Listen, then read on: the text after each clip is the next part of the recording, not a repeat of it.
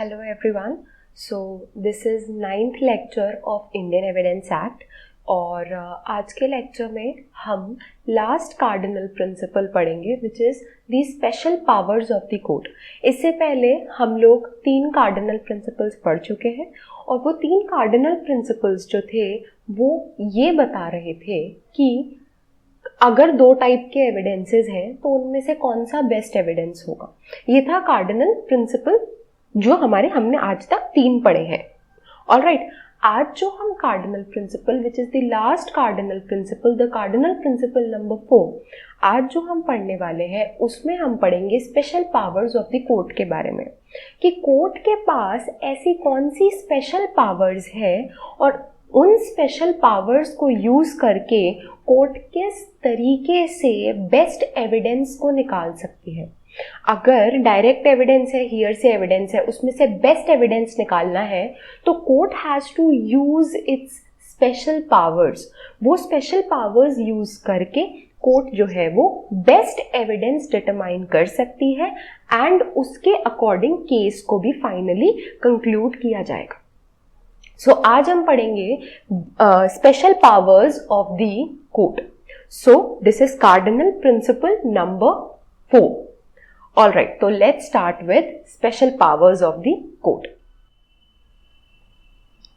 ये जो special powers है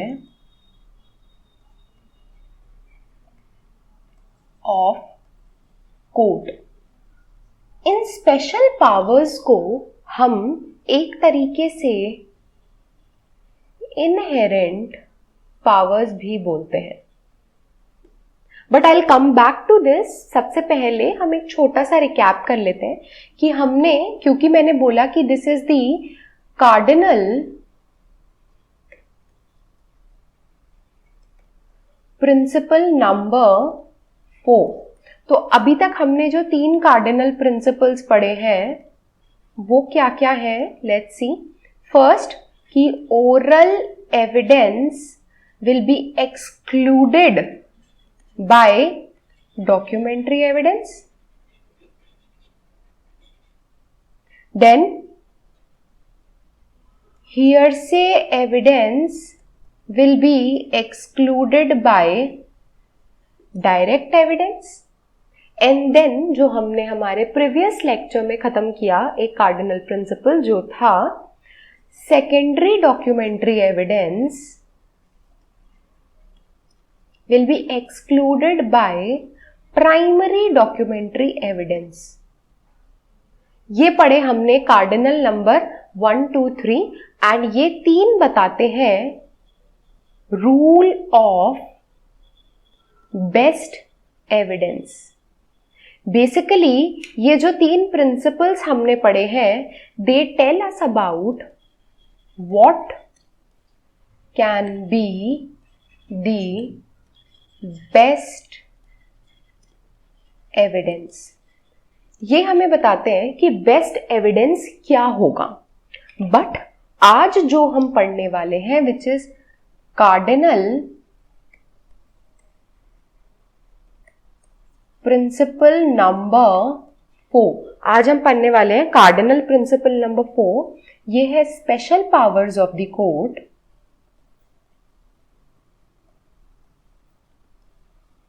और ये हमें किसके बारे में बताता है, ये बताता है how to fetch best evidence. इससे पहले वाले जो 3 प्रिंसिपल्स हमने पढ़े उसमें हमें पता लगा कि बेस्ट एविडेंस क्या होता है। आज जो हम कार्डिनल प्रिंसिपल पढ़ने वाले हैं उसमें हमें पता लगेगा कि बेस्ट एविडेंस को फेच कैसे किया जाता है, निकाला कैसे जाता है। अब बेस्ट एविडेंस को लेने का क्या क्या पावर्स हैं जिसके थ्रू, जिनको यूज करके कोर्ट जो है वो बेस्ट एविडेंस निकालती है। सो वो पावर्स आज हम पढ़ेंगे, क्योंकि कई बार होता है कि जो एविडेंसेस प्रोड्यूस किए जा रहे हैं they may not be sufficient to decide the case sufficiently, to decide the case in the best possible way. Then कहीं और से एविडेंसेस निकालने का काम कोर्ट का होता है। एविडेंसेस क्या होते हैं? जो दोनों साइड्स जो है अपने अपने साइड से प्रोड्यूस करेंगे वो होंगे एविडेंसेस. बट अगर वो एविडेंसेस सफिशिएंट नहीं है, they are not sufficient enough for the best decision of the case. So in that case, it is the duty of the court to fetch for the best evidence so as to determine the case in the best possible way. So ये है special powers of the court. इसको हम बोलते हैं special powers of the court. All right. तो ये है cardinal principle number 4. ये कैसे पिछले 3 प्रिंसिपल्स से डिफरेंट है वो मैंने आपको बता दिया. पिछले 3 प्रिंसिपल्स हमें जनरली बता रहे थे कि क्या होगा बेस्ट एविडेंस, वेयरएज ये वाला जो प्रिंसिपल है ये हमें बताएगा कि उस बेस्ट एविडेंस को फेच कैसे करना है, डिटरमाइन, एनालाइज कैसे करना है. Alright, by using the special powers which are given to the court under basically section 165. क्योंकि हम एविडेंस एक्ट पढ़ रहे हैं तो बेसिकली हमें सेक्शन 165 पढ़ना है. But obviously special powers of the court are not limited only to evidence act. The special powers of the court have been given under various other laws, various other statutes, various other acts. तो वो सारे के सारे हम यहाँ पे relate करके पढ़ेंगे. सो बेसिकली हम सेक्शन 165 पढ़ने वाले हैं स्पेशल पावर्स में, बट 165 से रिलेट करके हम पढ़ेंगे सेक्शन 165 पढ़ेंगे. सबसे पहले तो हम आज जो हम पढ़ने वाले हैं ये हमारा होगा बेसिक, मतलब कि यही हमारा है मेन फोकस.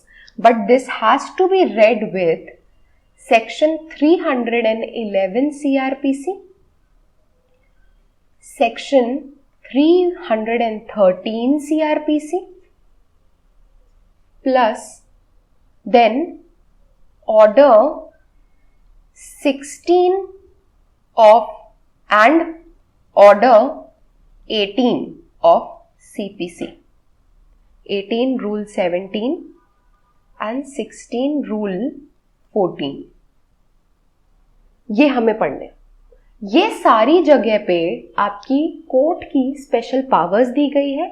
ये सिविल कोर्ट की स्पेशल पावर्स है, ये क्रिमिनल कोर्ट की स्पेशल पावर्स है, और सेक्शन 165 जो है वो जनरल है टू बोथ. ऑलराइट, तो ये है special powers of the court. इसमें हम इस टॉपिक में हम ये सारे टॉपिक्स पढ़ने वाले हैं, ये सारे टॉपिक्स हम कवर करेंगे. बट आज का जो हमारा आज के लेक्चर का जो हमारा मेन फोकस होगा वो होगा सेक्शन 165 इंडियन एविडेंस एक्ट. हम उसको रीड करेंगे, उसको समझेंगे, उसके वेरियस कीवर्ड्स को समझेंगे एंड रेलेवेंट केस लॉज देखेंगे. ऑलराइट, एक छोटी सी चीज मैं आपको और बताती हूँ which is very interesting because this is something which you will never get to read anywhere else. ये आपको बहुत फ्रीक्वेंटली ऐसे कहीं कोई भी आपको नहीं बताएगा या फिर आपको कहीं पढ़ने को नहीं मिलेगा, बिकॉज दिस इज समथिंग जिसके बारे में ज्यादा लोगों को नहीं पता होता है. But this is very important अगर हम हमारे इंटरव्यू पॉइंट ऑफ व्यू से सोचें कि हमारे इंटरव्यू जो हमारे जुडिशरी के इंटरव्यू होते हैं उसमें इसी तरीके के out of the box questions पूछे जाते हैं. तो वही एक फैक्ट मैं आपको आज बताती हूँ कि अगर हम कोर्ट की इनहेरेंट पावर्स की बात करें, अगर हम बात करें कि क्रिमिनल कोर्ट और सिविल कोर्ट की इनहेरेंट पावर्स कहाँ कहाँ दी गई है, तो अगर हम सीपीसी की बात करें तो सेक्शन 151 सीपीसी में inherent powers of the court दी गई हैं.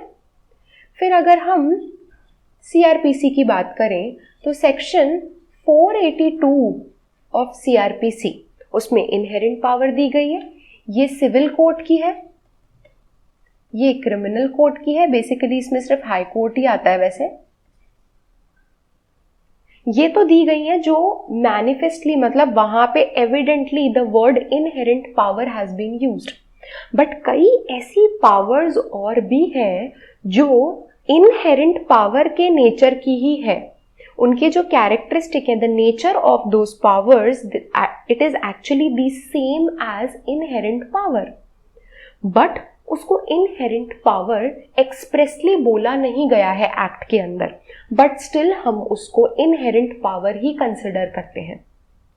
तो जब भी आपसे कोई क्वेश्चन पूछेगा कि inherent power of the courts, अब वो सिविल कोड भी हो सकता है, वो क्रिमिनल कोड भी हो सकता है, वो कहाँ कहाँ दी गई है, तो फर्स्टली सेक्शन 151 सीपीसी में दी गई है, सेकेंडली सेक्शन 482 सीआरपीसी में दी गई है, and thirdly Indian evidence act के अंदर सेक्शन 165 में दी गई है।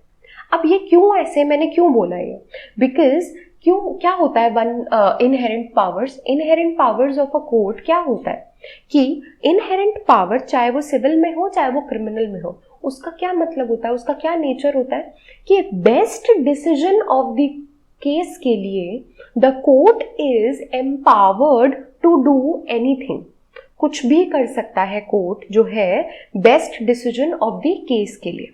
सो ये 151 में भी दिया गया है, 482 में भी दी गई है। तो अगर हम 165 को पढ़ते हैं, 165 में भी सेम ही बात दी गई है, वहां पे the word inherent power has not been used, but the nature of the power, the characteristics of the power are same with that of section 151 CPC and 482 CRPC. इसीलिए इम्प्लाइडली सेक्शन 165 के अंदर जो special power है वो भी inherent power के जैसी ही है। ऑलराइट, तो कोई भी अगर अब आपसे पूछता है कि कहाँ कहाँ इनहेरेंट पावर दी गई है, तो सीपीसी में, सीआरपीसी में, एविडेंस में, ये inherent powers of the court है। ऑलराइट, सिर्फ लोग क्या करते हैं, सिर्फ सीपीसी सीआरपीसी के बारे में बताते हैं क्योंकि वो स्पेसिफिकली एक सेक्शन के अंदर बोली गई है, बट किसी को भी एविडेंस एक्ट के बारे में नहीं पता because the word inherent has not been used there. But अगर हम nature and characteristics of the power of the section देखें तो वो सेम है। तो इसीलिए section 165 Indian evidence act is also an inherent power of the court. Alright, तो ये एक जनरल चीज थी जो मैं आपको बताना चाह रही थी, because this question has been asked to one aspirant, to one candidate in the interview ki inherent powers, and that person was not aware of this part. That person mentioned both of these but ये mention नहीं किया गया था, so that was something which was missing and it was very much important, जो यहाँ होना चाहिए था पर नहीं हुआ। तो इसीलिए this is something very important, आपको पता होना चाहिए कि सेक्शन 165 के अंदर भी इनहेरेंट पावर ही है कोर्ट की। Alright, so now finally let's start with section 165। Section 165, एक बार बेयर सेक्शन रीड करने से पहले मैं आपको जनरल बता देती हूँ। सेक्शन 165 क्या बोलता है? Section 165 empowers the court, empowers the court किस चीज के लिए? to ask any question, किससे, क्या करने के लिए एम्पावर करता है? अब कोर्ट के पास सेक्शन 165 में स्पेशल पावर है कि वो कोई भी क्वेश्चन पूछ सकता है। वो क्वेश्चन रेलेवेंट क्वेश्चन हो सकता है, इररेलेवेंट फैक्ट का क्वेश्चन हो सकता है, लीडिंग क्वेश्चन हो सकता है, हियर से एविडेंस वाला क्वेश्चन हो सकता है, एनीथिंग, कुछ भी पूछ सकता है कोर्ट। ये कोर्ट की पावर है। वरना अगर पार्टीज एग्जामिनेशन के में जो क्वेश्चंस पूछते हैं उनके ऊपर कई सारी रिस्ट्रिक्शंस होती हैं कि they are not suppose to ask, suppose आप चीफ एग्जामिनेशन में लीडिंग क्वेश्चंस नहीं पूछ सकते हो, बट यहाँ पे कोर्ट के पास पावर है कि वो किसी भी टाइप के क्वेश्चंस पूछ सकता है किसी भी पर्सन से। तो बी इट अ विटनेस, किसी भी विटनेस से पूछ सकता है, किसी भी पार्टी से पूछ सकता है। अब पार्टी टू दी केस है उससे भी पूछ सकता है, या वो पार्टी नहीं है सिर्फ उस केस में विटनेस है उससे भी पूछ सकता है। एनी टाइम, किसी भी टाइम, किसी भी स्टेज पे, किसी भी पॉइंट पे उस केस के कोर्ट जो है वो इंटरफेयर करके अपना 165 की पावर को एक्सरसाइज कर सकता है। So this is like any time. Alright, any time about any fact, किसी भी मैटर के बारे में, रेलेवेंट फैक्ट के बारे में पूछ सकता है, इररेलेवेंट फैक्ट के बारे में पूछ सकता है, किसी भी फैक्ट के बारे में, किसी भी मैटर के बारे में वो क्वेश्चन पूछ सकता है। इसके अलावा कोर्ट किसी को भी समन दे सकता है टू प्रोड्यूस द डॉक्यूमेंट और थिंग। कोर्ट क्वेश्चन भी पूछ सकता है, कोर्ट किसी को भी कोई भी डॉक्यूमेंट, कोई भी थिंग, कोई भी एविडेंस प्रोड्यूस करने के लिए समन भी दे सकता है। So this is the absolute और the inherent power of the court. This is discretionary in nature because यहाँ पे आप सेक्शन में देखोगे the word used is may and not shall. That means 165 की पावर एक्सरसाइज करना कोर्ट का option है। कोर्ट चाहे तो ऐसा कर सकता है, नहीं चाहे तो नहीं करेगा। It is not a mandatory thing, it is not a compulsion कि कोर्ट को कोई भी क्वेश्चन पूछना ही पूछना है। ऑल राइट, सो ये है सेक्शन 165 का gist. This is the general provision of section 165। ये पूरा जिस्ट है जो मैंने अभी आपको समझा दिया है। अब इसके आगे और भी कई सारी बातें हैं, जैसे कि कोर्ट ये सब तो कर ही सकता है। इसके अलावा कोर्ट के पास एक और एडवांटेज है कि कोर्ट ने अगर कोई भी विटनेस को कोई भी एग्जामिन किया है, क्वेश्चन पूछा है, ऑपोजिट पार्टी उस पे ऑब्जेक्ट नहीं कर सकती है। कोर्ट चाहे कोई भी क्वेश्चन पूछे, कोई भी पार्टी उस पे ऑब्जेक्शन रेज नहीं कर सकती है। इसके अलावा कोर्ट चाहे कोई भी क्वेश्चन पूछे, किसी भी विटनेस से पूछे, किसी भी पार्टी से पूछे, opposite party does not get a right to cross examine on such question. Court ने अगर कोई क्वेश्चन पूछा है किसी भी विटनेस से, फॉर एग्जाम्पल प्रोसिक्यूशन विटनेस से कोर्ट ने कोई क्वेश्चन पूछ लिया है 165 की पावर यूज करके, अब यहाँ पे डिफेंस को, अक्यूज्ड साइड को यहाँ पे राइट नहीं है कि वो उस क्वेश्चन के बेसिस पे क्रॉस एग्जामिन कर सकता है।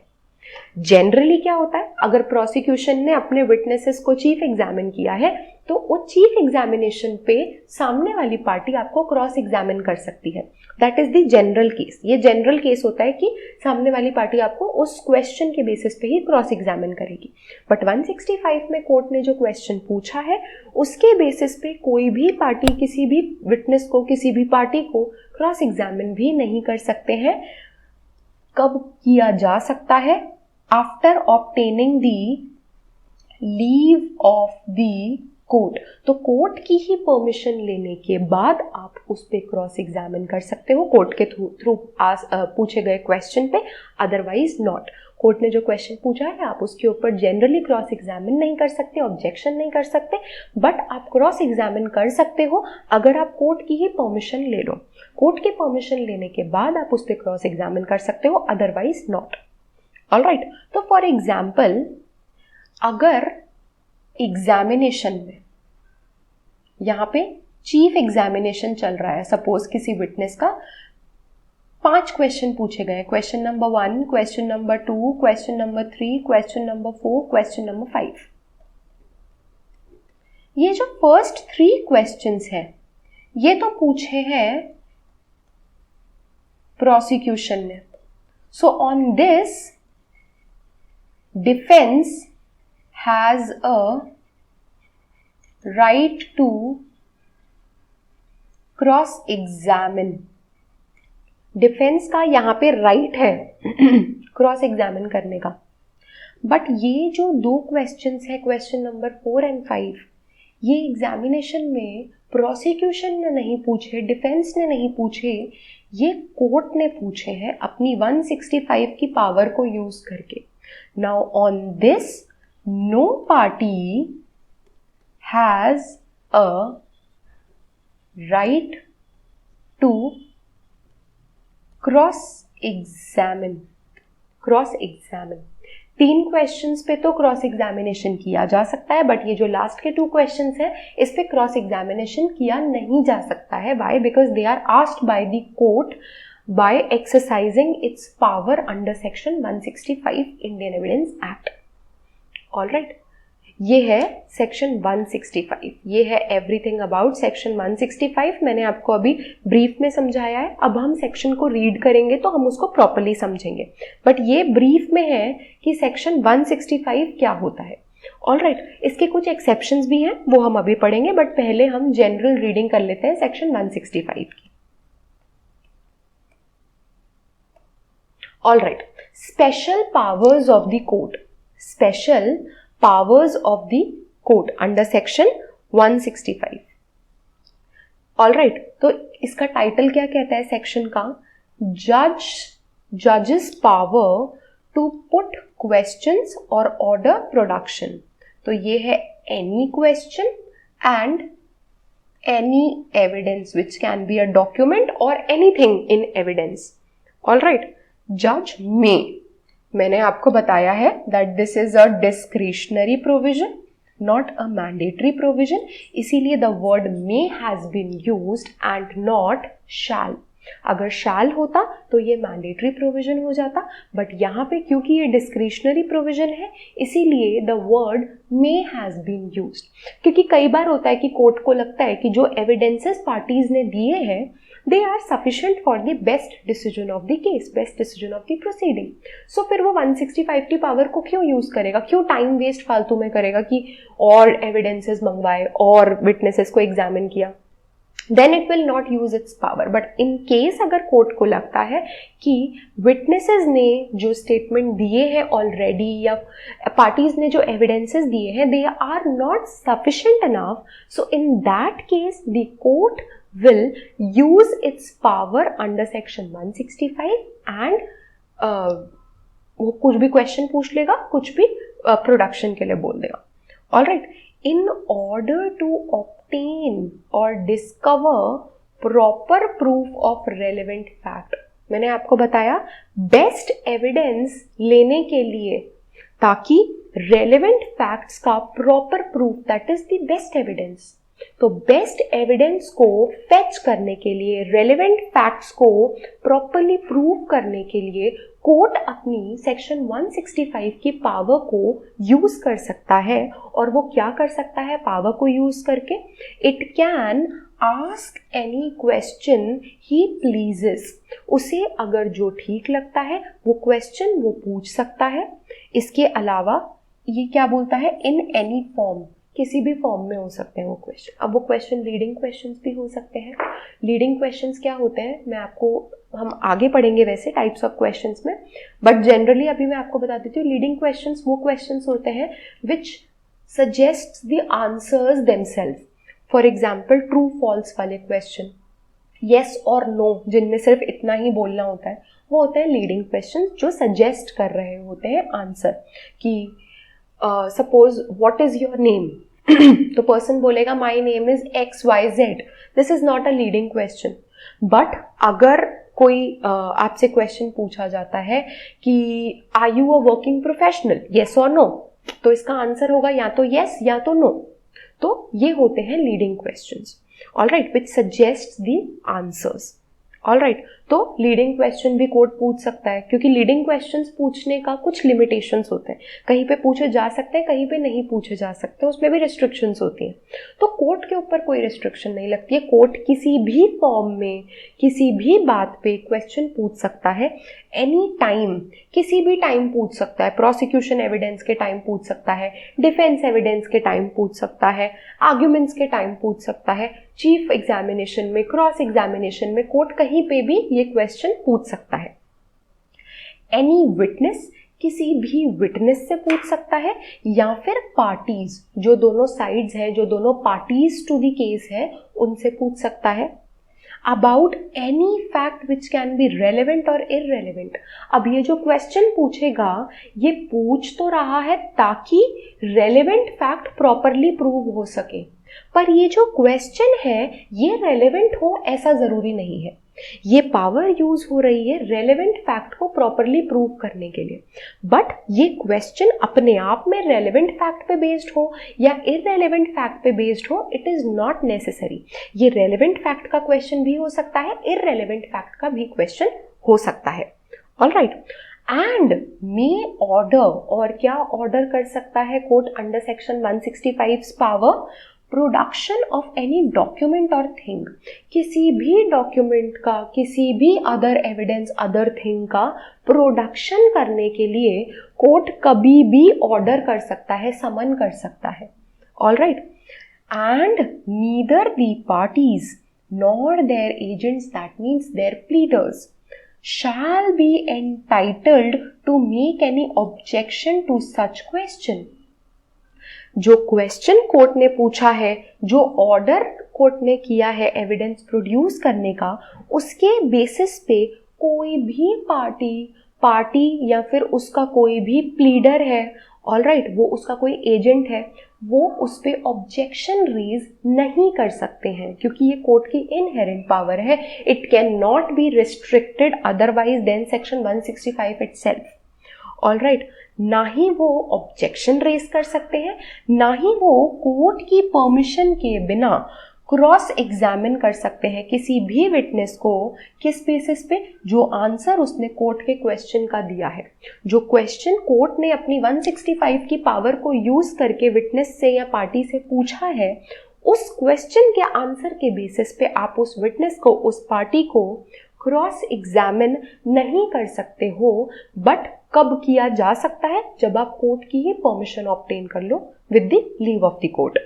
Alright, so that is the main section of section 165, which is the special power of the court. Special power of the court. Section 165. Alright, provided that the judgment, अब इसका क्या proviso क्या कहता है कि जो जजमेंट है कोर्ट का, हमने ये ऑलरेडी पढ़ लिया है। ये जो प्रोवाइजो है इसके बारे में हम ऑलरेडी पढ़ चुके हैं जब हम एडमिसिबिलिटी के बारे में पढ़ रहे थे कि एविडेंसेस तो बहुत सारे होते हैं, बट उनमें से कौन से ऐसे एविडेंसेस हैं जो बेस्ट एविडेंसेस हैं, दैट मीन्स जो जज या कोर्ट अपने जजमेंट फ्रेम करने के लिए यूज करेगा, वो होते हैं एडमिसिबल एविडेंसेस, जिसको हम एडमिसिबिलिटी ऑफ फैक्ट बोलते हैं। Those are duly proved. Admissibility of fact, वही चीज यहां बोली गई है। Provided the judgment must be based, अब कोर्ट अपनी 165 की पावर को यूज करके रेलेवेंट फैक्ट पे क्वेश्चन भी पूछ सकता है, इररेलेवेंट फैक्ट पे क्वेश्चन भी पूछ सकता है, बट पूछ कुछ भी सकता है। बट क्वेश्चन ये है कि क्या उन इररेलेवेंट फैक्ट पे भी जिस पे क्वेश्चन पूछा है कोर्ट ने, क्या वो इररेलेवेंट फैक्ट कोर्ट के जजमेंट बनाते टाइम यूजफुल होंगे? नो।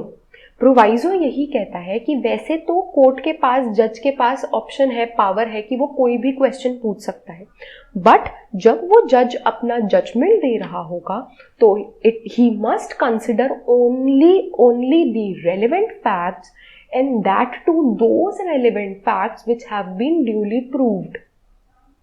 सिर्फ वही वाले रेलेवेंट फैक्ट्स जिनको ड्यूली प्रूव किया गया है वो ही एडमिसिबल होंगे, और इसको क्या बोलते हैं? Admissibility of fact.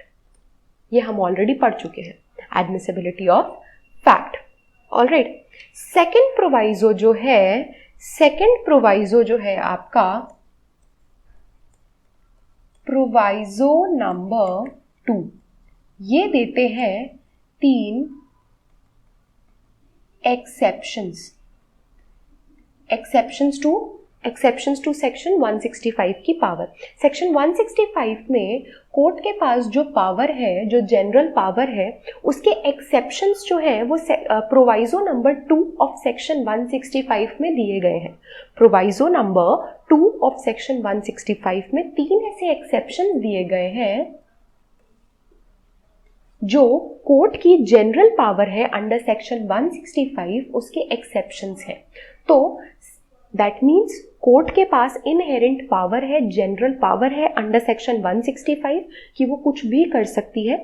कोर्ट को किसी भी और ग्राउंड पे रिस्ट्रिक्ट नहीं किया जा सकता कोर्ट की इस 165 वाली पावर को, एक्सेप्ट दीज 3 सिचुएशंस जो मैं अभी आपको बताऊंगी। सिर्फ ये 3 सिचुएशंस ऐसी सिचुएशंस हैं जिनके बेसिस पे आप कोर्ट की 165 की पावर को रिस्ट्रिक्ट कर सकते हो, otherwise not, because it is of inherent nature. ये कोर्ट की इनहेरेंट पावर है। So that is the reason कि इसको हम किसी और तरीके से रिस्ट्रिक्ट नहीं कर सकते हैं। इसको रिस्ट्रिक्ट किया जा सकता है बट सिर्फ 1, 2 और 3 एक्सेप्शन से। अब ये 1, 2 और 3 एक्सेप्शंस क्या है हम ये देखेंगे। All right, provided also that this section shall not authorize any judge to compel any witness to any answer or to produce any document which such witness would be entitled to refuse to answer or to produce under section 121 to 131। अब ये क्या बोलता है कि जज जो है अपनी 165 की पावर यूज करके किसी भी विटनेस से क्वेश्चन नहीं पूछ सकता है या फिर उसे एविडेंस प्रोड्यूस करने के लिए कंपेल नहीं कर सकता है उस केस में जिस केस में सेक्शन नंबर 121 से लेके 131 के बीच में कहीं भी वो विटनेस उस आंसर को देने के लिए या उस एविडेंस प्रोड्यूस करने के लिए रिफ्यूज कर सकता है। दैट मीन्स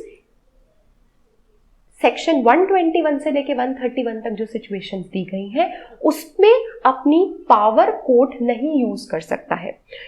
जो चीजें 121 से 131 में रिस्ट्रिक्ट की गई हैं, मना की गई हैं, उन्हें कंपेल करने के लिए कोर्ट अपनी 165 की पावर भी नहीं यूज कर सकता है।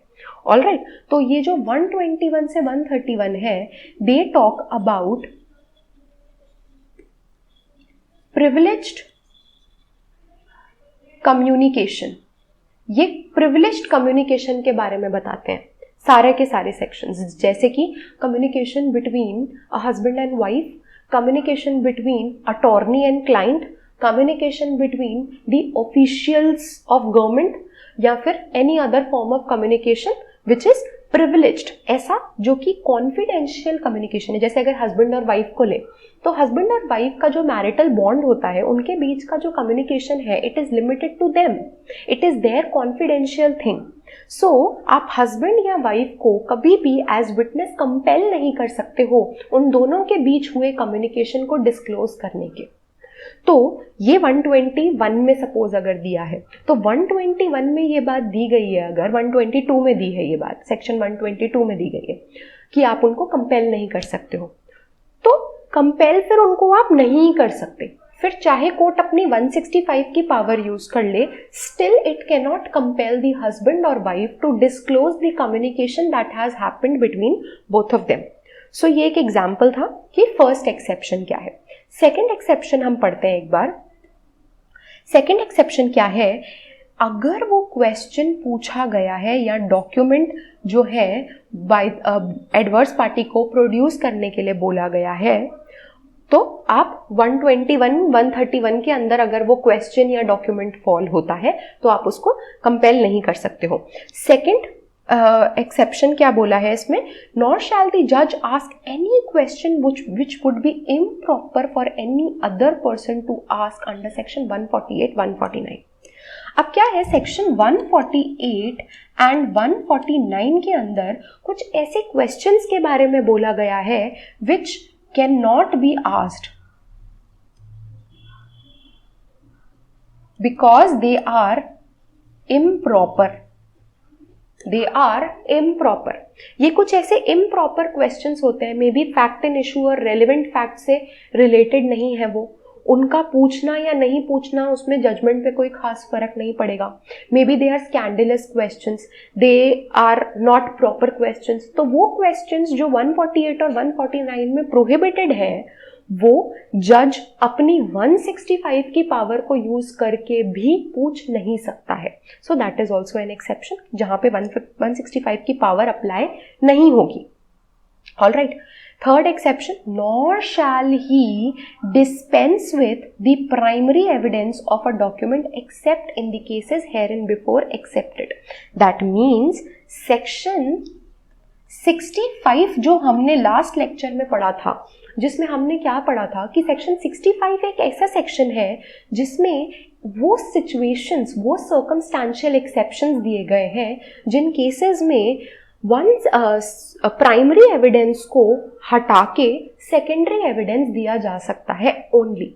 आप सिर्फ सेक्शन 65 के एक्सेप्शंस या सिचुएशंस में ही सेकेंडरी एविडेंस दे सकते हो, अदरवाइज मैंने आपको बताया था सिर्फ प्राइमरी एविडेंस दिया जा सकता है. और सेक्शन 65 जब हम पढ़ रहे थे मैंने आपको बताया था it is an exhaustive list. इसके अंदर जो सिचुएशन है सिर्फ इन सिचुएशंस में ही आप सेकेंडरी एविडेंस दे सकते हो, अदरवाइज किसी और सिचुएशन में आप सेकेंडरी एविडेंस नहीं दे सकते हो. तो क्योंकि ये चीज़ 65 में लिमिटेड है तो कोर्ट 165 की पावर को यूज करके किसी ऐसे डॉक्यूमेंट का सेकेंडरी एविडेंस अलाउ नहीं कर सकता है जो 65 में मेंशन नहीं है. अगर वो सिचुएशन 65 में मेंशन नहीं है तो कोर्ट अपने 165 की पावर को यूज करके भी उसका सेकेंडरी एविडेंस अलाउ नहीं कर सकता है, प्राइमरी एविडेंस ही दिया जाएगा फिर. ऑलराइट, तो ये 3 एक्सेप्शनल सिचुएशंस हैं सेक्शन 165 की जहां पे कोर्ट अपनी सेक्शन 165 की पावर को यूज नहीं कर सकता है. ऑलराइट, ओके, तो एक बार हम रीड कर लेते हैं कि क्या बोला गया है. सेक्शन 165 के अंदर ऐसी स्पेशल पावर्स दी गई हैं, कोर्ट कोई भी क्वेश्चन पूछ सकता है, वो रिलेटेड होगा इररेलेवेंट फैक्ट से अगर, तो भी वो 165 में पूछ सकता है. In order to find out the truth of the relevant fact court irrelevant facts के क्वेश्चंस भी पूछ सकता है. ऑलराइट, बट जजमेंट हमेशा रेलेवेंट फैक्ट पे बेस्ड होगा, वो भी वो वाले रेलेवेंट फैक्ट जो ड्यूली प्रूव्ड है. Alright, the court has the power to ask, the court has the power to ask any question. अब कोर्ट कोई भी क्वेश्चन पूछ सकता है इन एनी मैटर, किसी भी फैक्ट से रिलेटेड पूछ सकता है, in any form, it can be any form of question, party से पूछ सकता है, विटनेस से पूछ सकता है.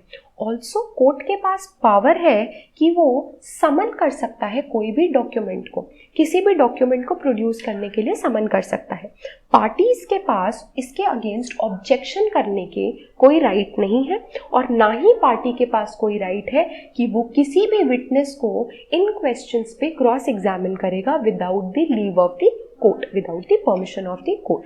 Section 165 gives the special power to the court to ask any question in any form to the witness or the parties. Such questions can be asked at any stage in any form. सारी बातें हम देख चुके हैं already. Thus, the court can even ask questions in form of leading questions. मैंने आपको ये समझा दिया है. It can even take hearsay evidence. हमने क्या पढ़ा था, कार्डिनल प्रिंसिपल नंबर 2 क्या कहता है हमारा कि hearsay evidence will always be excluded by direct evidence. hearsay evidence नहीं पूछा जाएगा कभी भी, हमेशा direct evidence admissible होगा. बट कोर्ट अपनी 165 की पावर में hearsay evidence भी जो है वो सुन सकता है, उस पर भी क्वेश्चंस ले सकता है, उसको भी एडमिसिबल कर सकता है, but only for proving the relevant fact, because hearsay evidence उसके जजमेंट में रेलेवेंट नहीं होगा. Alright, court can even summon documents. The party does not have a right to raise objection, not party has a right to cross examine. Court can even ask questions on irrelevant facts. All right. The court can ask at any stage of the proceeding, any stage of the examination. मैंने आपको बताया वो कभी भी पूछ सकता है. In practice, court should be patient enough and let the parties ask their questions, and after that only court can ask. Generally इस पावर के अंदर क्या बोला गया है 165 में, किसी भी टाइम बीच में इंटरफेयर करके कोर्ट अपने क्वेश्चंस पूछ सकता है. अब चाहे वो प्रोसिक्यूशन एविडेंस के टाइम हो, चाहे वो डिफेंस एविडेंस के टाइम हो, चाहे वो चीफ एग्जामिनेशन के टाइम हो, चाहे वो क्रॉस एग्जामिनेशन के टाइम हो. बट अगर हम प्रैक्टिकल सिचुएशन की बात करें तो इन practical scenario court must be patient enough. Court को पेशेंस रखना चाहिए, कोर्ट एक्टिव हो सकता है, 165 के अंदर पूरी पावर है, but actual situation, practical circumstances में कोर्ट जो होता है वो it should wait for the parties to complete their examination and evidences, उसके बाद ही कोर्ट को पूछना चाहिए. Court should not interrupt in between. That is something which the prudence requires, जो कि प्रैक्टिकल सिचुएशन में होता है. बट अगर हम 165 के अकॉर्डिंग देखें तो हमें ये बात नहीं लिखनी है कि कोर्ट को वेट करना चाहिए. 165 के अकॉर्डिंग किसी भी स्टेज पे कोर्ट वहीं इंटरफेयर करके क्वेश्चन पूछ सकता है, डॉक्यूमेंट प्रोड्यूस करने के लिए बोल सकता है. Alright. In the case of Nepal Chandra Roy versus Netai Chandra Das, या फिर state of Rajasthan versus Ani, या फिर Ramchandra versus state of Haryana, तीनों जजमेंट्स में क्या बोला गया था? It was held that court does have the power to ask question at any stage. It is expected that the judge shall be active during the examination of the witnesses. The word any in the section 165 gives wide power to the court to ask any question at any stage. यहाँ पे any word use हुआ है, तो अब वो question भी any हो सकता है, स्टेज भी एनी हो सकती है, कोई भी क्वेश्चन कभी भी पूछा जा सकता है. Purpose of section 165 is to enable the court to find out the real truth about the relevant facts and fact and issue. Relevant fact और fact and issue का real truth fetch करने के लिए कोर्ट किसी भी time कभी भी कोई भी क्वेश्चन पूछ सकता है. Alright. Section 165 is related to finding the evidence of the evidence. जो evidences दिए गए हैं उन evidences के पीछे क्या evidence है, that means जो evidences parties ने दिए हैं उनके पीछे reasons क्या है वो भी कोर्ट ढूंढता है by using the power under section 165 Indian Evidence Act. The court examines the witnesses itself in order to understand the trustworthiness of the witness. तो मैंने आपको स्टार्टिंग में जब हम रिलायबिलिटी, एडमिसिबिलिटी, रेलेवेंसी पढ़ रहे थे तब आपको बताया था कि रिलायबिलिटी क्या होती है, that is the trustworthiness of the witness, कि विटनेस कितना ट्रस्टवर्दी है, कितना रिलायबल है. तो ये कैसे चेक हो सकता है? 165 के क्वेश्चन से. कोर्ट एक विटनेस की क्रेडिट वर्दीनेस, ट्रस्टवर्दीनेस को टेस्ट कर सकता है 165 के क्वेश्चंस पूछ के. These questions make the testimony of the witness more comprehensible, more understandable. कई बार होता है कि witnesses ने जो आंसर्स दिए हैं पार्टीज के क्वेश्चंस के वो अंडरस्टैंडेबल नहीं है, कंफ्यूजिंग है, वेग है. तो इन दैट केस उसको और कॉम्प्रिहेंसिबल, अंडरस्टैंडेबल बनाने के लिए कोर्ट अपनी 165 की पावर को भी यूज कर सकता है और क्वेश्चंस पूछ सकता है. Alright, so this was all about section 165 जो हमने पढ़ा, जिसको हमने अच्छे से समझा कि 165 क्या होता है, उसके अंदर क्या पावर है, क्यों वो पावर दी गई है, कोर्ट कैसे एक्सरसाइज करता है अपनी पावर को, इसके क्या क्या एक्सेप्शंस है, एडमिसिबिलिटी ऑफ फैक्ट क्या होता है, सारी चीज़ें हमने देखी. एक छोटा सा पॉइंट इसमें और बचता है. छोटा सा पॉइंट क्या है? छोटा सा पॉइंट ये है कि सेक्शन 162 CRPC जो है, ऑलराइट, उसमें और सेक्शन 165 इंडियन एविडेंस एक्ट, इन दोनों के बीच में थोड़ा सा एक कॉन्ट्रडिक्शन होता है, कॉन्फ्लिक्ट होता है. क्या होता है कि section 162, if you remember while we were studying CRPC, तो सेक्शन 162 CRPC क्या बोलता है कि आपने कोई प्रीवियस स्टेटमेंट दिया था. Statement to whom? Statement to a police officer. That too in the course of investigation. तो in the course of investigation अगर आपने किसी पुलिस ऑफिसर को कोई स्टेटमेंट दिया था, that statement cannot be used in evidence. That statement cannot be used in evidence. All right. तो क्या ये restriction, ये this is a bar to evidence? अब किसी स्टेटमेंट को एविडेंस में यूज करने का ये बार है? क्या ये रिस्ट्रिक्शन सेक्शन 165 में कोर्ट की पावर पे भी अप्लाई होगा?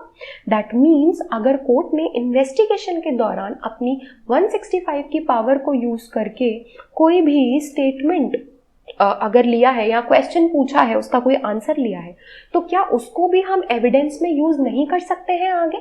क्या 162 का बार सेक्शन 165 की कोर्ट की पावर पे भी अप्लाई होगा? The answer is no. The answer is no.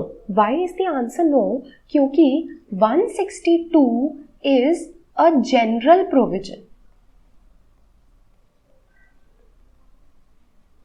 and 165 is a special provision.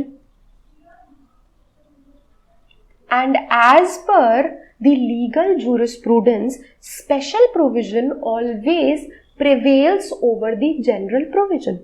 General provision अगर एक फैक्ट पे है और उसी पे कोई स्पेशल प्रोविजन है, तो द स्पेशल प्रोविजन, और अगर उन दोनों में कोई कॉन्फ्लिक्ट है, तो the special provision will always prevail over the general provision. All right, तो इस केस में bar of section 162 shall not apply on the courts power under section 165। Why? Because section 165 का नेचर जो है वो है इनहेरेंट पावर देने का। अगर हम 162 से इसको बार कर सकते तो फिर इसको इनहेरेंट नहीं बोला जाता, बिकॉज इनहेरेंट पावर कोर्ट की that is something which can not be restricted. All right, तो 165 जो एक बहुत वाइड पावर दे रहे हैं कोर्ट को, इसको आप सिर्फ 3 तरीके से रिस्ट्रिक्ट कर सकते हो जो 165 में ही दिया गया है। इसके अलावा इस पे कोई एक्स्ट्रा रिस्ट्रिक्शन नहीं लगाई जा सकती है। सेक्शन 165 में रिस्ट्रिक्शन वही लगाई जा सकती है जो सेक्शन 165 में ही दी गई है, दैट इज वो जो 3 एक्सेप्शंस हमने पढ़े। इसके अलावा किसी और रिस्ट्रिक्शन, कोई और प्रोहिबिशन की वजह से आप इसको लिमिट नहीं कर सकते हो। ऑल राइट, इस पे कोई भी और बार अप्लाई नहीं हो सकता है। Let's read about it once. ये क्या कहता है कि section 162 CRPC clearly puts a prohibition upon the previous police statement. ये जो प्रीवियस पुलिस स्टेटमेंट है, जैसे कि previous police statement can not be used for any purpose excepting. 162 में क्या बोला गया कि अगर कोई पुलिस ऑफिसर को in the course of investigation अगर आपने कोई स्टेटमेंट दिया है, उस स्टेटमेंट को आप एविडेंस में यूज नहीं कर सकते हो, एक्सेप्ट 162 के अंदर ही कुछ एक्सेप्शन दिए गए हैं कि उन केसेस में आप कर सकते हो। क्या? कि डाइंग डिक्लेरेशन के फॉर्म में उसको सिर्फ आप यूज कर सकते हो। कॉन्ट्राडिक्ट करना है अगर डिफेंस को किसी प्रोसिक्यूशन विटनेस को, या फिर प्रोसिक्यूशन को अपने ही विटनेस को कॉन्ट्राडिक्ट करना है जब वो विटनेस होस्टाइल हो जाता है। तो ओनली इन दीज 3 केसेस आप उस स्टेटमेंट को एविडेंस में यूज कर सकते हो, आगे अदरवाइज आप नहीं कर सकते हो। All right, thus the question arises as to whether the above restriction applies on the power of the court also। क्या ये restriction कोर्ट की 165 की पावर पे भी अप्लाई होगी? The answer was answered. The answer of this question was given under the case of Raghunandan versus State of UP. Raghunandan versus State of UP में क्या बोला गया? Raghunandan versus State of UP में बोला गया कि section 162 और section 165 में, दोनों के बीच में सेक्शन 162 जो है वो एक जनरल प्रोविजन है, वेयर एज सेक्शन 165 एक स्पेसिफिक प्रोविजन है। All right, and therefore the specific provision, that is section 165, will prevail over the general provision, that is section 162. All right, it was held that section 165 बहुत ही broad provision है और उसमें unrestricted powers दी गई है court को, because they are of a nature of inherent powers of the court. So सिर्फ जो 3 restrictions, exceptions उस सेक्शन 165 में ही दिए गए हैं, सिर्फ उन्हीं पे के बेसिस पे आप उसको रिस्ट्रिक्ट कर सकते हो। It can not be subjected to any extra restriction. Therefore court is free to ask any question on the basis of previous police statement. Court जो है प्रीवियस पुलिस स्टेटमेंट जो 162 के अंदर बार्ड है, उसके ऊपर भी कोर्ट कोई भी क्वेश्चन पूछ सकता है अंडर सेक्शन 165। ऑल राइट, सिर्फ इस पे 3 ही एक्सेप्शंस अप्लाई होंगे। वो 3 एक्सेप्शंस कौन से एक्सेप्शंस है जो मैंने अभी आपको बताया कि 121 से 131 के बीच में अगर कोई प्रिविलेज्ड कम्युनिकेशन है उस पर एप्लीकेबल नहीं होगा। 148, 149 के अंदर कोई इम्प्रॉपर क्वेश्चन है वो कोर्ट नहीं पूछ सकता है, या फिर सेक्शन 65 में जो सिचुएशंस है उसके अलावा कोर्ट किसी और सिचुएशन में सेकेंडरी एविडेंस को अलाउ नहीं कर सकता है। Alright, so this was all about section 165। अभी इसका डिस्कशन ख़त्म नहीं होता है, ये आगे जब हम 311, 313 और CPC के ऑर्डर्स, जब हम इनहेरेंट पावर्स, जो स्पेशल पावर्स अदर लॉज में दी है, नेक्स्ट लेक्चर में हम उसको पढ़ेंगे, तो हम हर एक सेक्शन के साथ सेक्शन 165 की पावर को कंपेयर करेंगे कि अगर 313 की पावर है CRPC वाली तो वो 165 की पावर से कैसे सिमिलर है और कैसे डिफरेंट है। तो ये हम हर एक पावर के साथ इसको कंपेयर करते चलेंगे। सो आज हमने सिर्फ जनरली पढ़ा है कि सेक्शन 165 क्या होता है, क्या कहता है, और वो 162 के कंपैरिजन में क्या है उसका aspect. Alright, so this was all about today's lecture. आज के लेक्चर में हमने सेक्शन 165 के बेसिक्स देखे हैं और उसके एक्सेप्शंस देखे। ऑलराइट, नेक्स्ट में हम other powers, other special powers of the court पढ़ेंगे। आज हमने देखा है सेक्शन 165 को। This is very very very important for all your exams. किसी भी एग्ज़ाम हो, कोई प्रीलिम्स हो, मेंस हो, कुछ भी हो, उसके लिए आपका ये section 165 it is very very important. Why? Because इसमें कई सारे क्वेश्चंस बन जाते हैं, बेसिकली थ्योरेटिकल क्वेश्चंस जो है वो इनमें से काफ़ी सारे बन जाते हैं। Therefore this is very very important to be understood. आपको इसको ठीक से पढ़ना है, इसको अच्छे से आपको इसके कॉन्सेप्ट को समझना है। इसका जो सेक्शन है उसमें कीवर्ड्स है, एनी एट्सेट्रा, ये सारी चीज़ें आपको बहुत अच्छे से पता होनी चाहिए। तो this is very important. Please prepare it very carefully and very thoroughly. Will meet in the next lecture. जब तक आप इसको प्लीज़ अच्छे से रिवाइज कीजिए, इसके नोट्स बनाइए, जो मैंने नोट्स आपको प्रोवाइड किए गए हैं लेक्चर के साथ। इसके अलावा आप अपना शॉर्ट नोट प्लीज़ इस पर बना के रखिए। That is going to help you in your revision. I always tell you that. Alright, so that is all for today's lecture. We'll meet in the next lecture. Till then, please prepare carefully and have a nice day. Take care. Thank you.